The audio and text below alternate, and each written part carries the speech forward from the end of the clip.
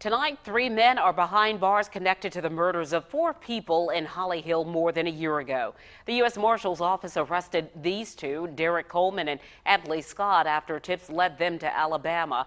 And the Orangeburg County Sheriff's deputies arrested Robert Bailey in Utahville. The Sheriff's Office says the arrest stemmed from the execution-style murders of 2 teenagers and 2 adults. An 8-year-old boy was shot in the head. He survived.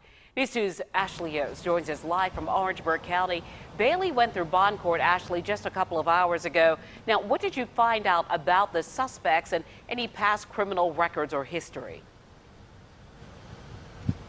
Carolyn, I dug a little deeper and found that 2 of these 3 suspects have gone to jail in the past. They now face 4 counts of murder, 1 count of attempted murder, 1 count of burglary, and 1 count of having a gun during a violent crime. Now, Derek Coleman has been in the news in the past, but not for any previous crimes. For a serious motorcycle accident where he was trapped under a burning car. He had no criminal record until now.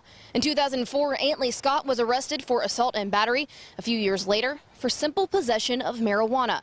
The U.S. Marshal raided a house in Alabama and took them both to the Baldwin County Jail without a fight. The investigation led authorities there because it's Coleman's hometown. Right now, the Sheriff's Office going through the process to get them back here to Orangeburg County.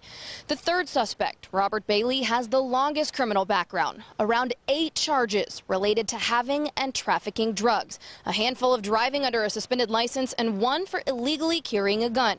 But here in court today, he said, "I'm not a murderer. I might smoke and drink, but I'd never harm anyone." The Orangeburg County Sheriff anticipates more charges in this case and says it's far from over. We're investigating this case along with people that had prior knowledge of this incident and knowledge after this incident that did not come forward.